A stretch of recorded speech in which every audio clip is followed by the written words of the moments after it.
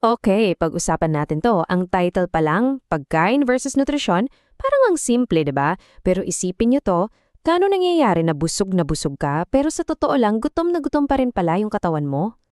Oh, aminin, naranasan nyo na to, di ba? Yung tipong katatapos mo lang kumain ng sanda makmak, pero imbes na lumakas ka, parang gusto mo na lang humilata. Yung feeling na ang bigat-bigat mo? Yan, dyan mismo papasok yung malaking-malaking pagkakaiba ng dalawang konsepto na to.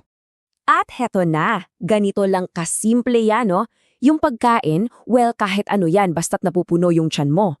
Pero yung nutrisyon, yan yung totoong gasolina na kailangan ng bawat-bawat selula ng katawan mo. Kaya ang totoong laban dito, hindi lang yung tiyan mo. Tiyan versus cells yan. So, yun na nga. Kung magkaiba pala yung gusto ng tiyan at ng cells mo, ibig sabihin malinaw na hindi lahat ng kinakain natin pampalakas talaga. Tandaan natin to hindi porket puno yung tiyan, napunan na rin yung pangangailangan ng buong katawan mo. Okay, para mas malinaw, bigyan natin ng example. Isipin mo, isang donut. Pagkain yan, di ba? Nakakabusog.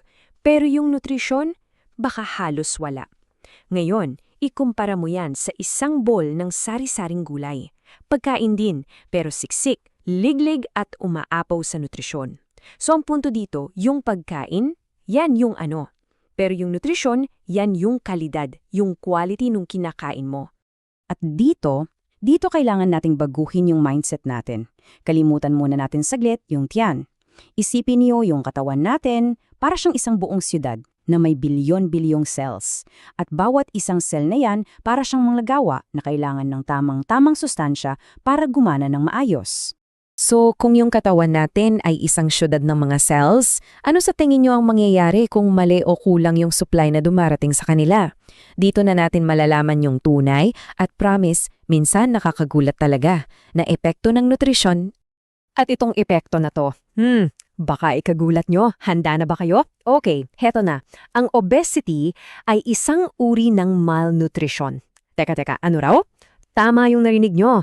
Kasi akala natin pag sinabing malnutrition para lang sa mga payat, di ba? Well, itong ideya na to ang babago sa buong pagtingin natin sa kalusugan. So ayan, malinaw na malinaw. Ang malnutrition pala, hindi siya tungkol sa timbang.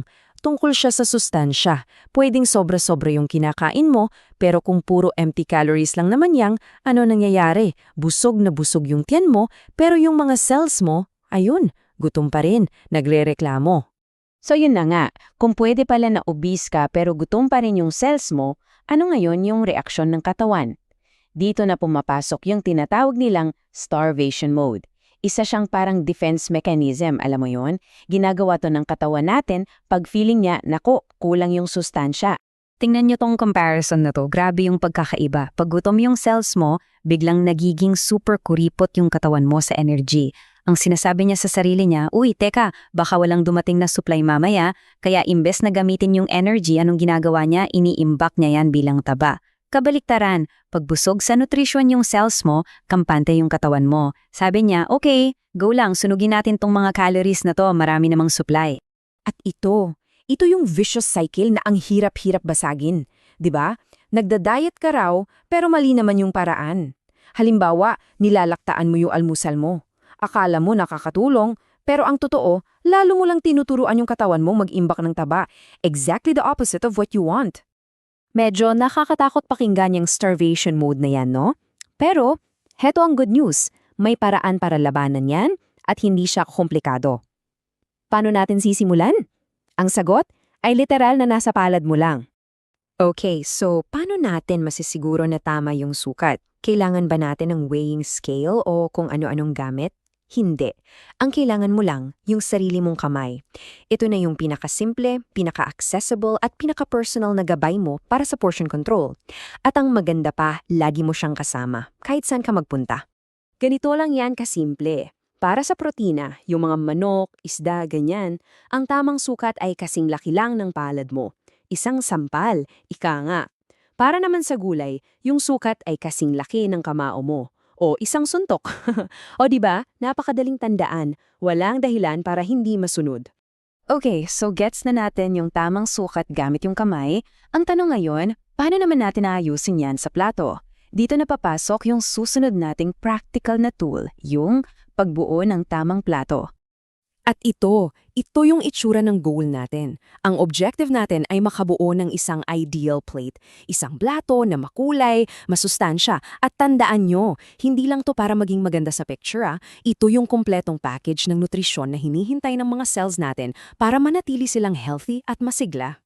May tatlong simpleng rules lang para dito. Una, yung plato mo dapat kasing laki lang ng palad mo. Control the plate size. Pangalawa, huwag mong punuin hanggang sa gilid. Dapat nasa loob lang ng inner circle yung pagkain.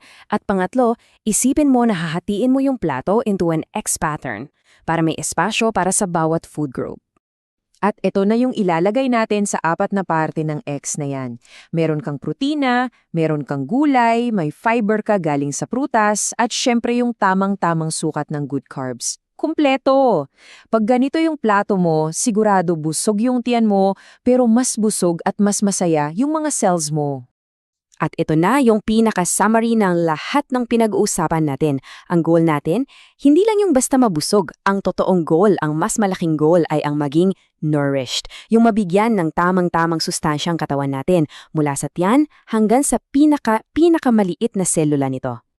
Kaya, sa susunod na haharap ka sa plato mo, bago ka sumubo, tanungin mo muna yung sarili mo. Itong pagkain na to, para lang ba sa tiyan ko? O para ba to sa buong siyudad ng mga cells sa loob ko? Ang sagot, nasa kamay mo at nasa plato mo.